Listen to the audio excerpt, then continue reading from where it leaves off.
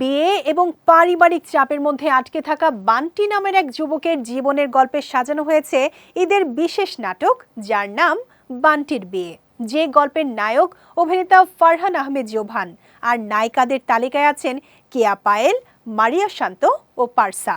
তাদের নিয়ে নাটকটি নির্মাণ করেছেন প্রশংসিত নির্মাতা ও নাট্যকার প্রবীর রায়চৌধুরী।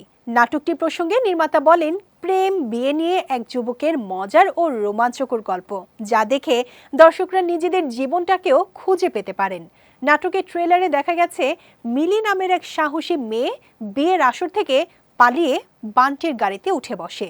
ধীরে ধীরে তাদের মধ্যে বন্ধুত্ব ও ভালোবাসার সম্পর্ক তৈরি হয়।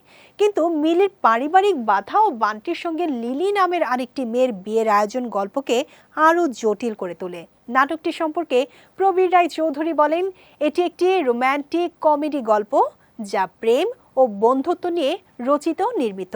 জোভান, কেয়া, মারিয়া, পারসা সবাই দারুণ অভিনয় করেছেন নিজ নিজ চরিত্রে। দর্শকরা ঈদ উৎসবে ভীষণ উপভোগ করবেন এই নাটকটি। ঈদ আয়োজনে দেশের একটি ইউটিউব চ্যানেলে মুক্তি পাবে বান্টির বিয়ে শিরোনামের নাটকটি।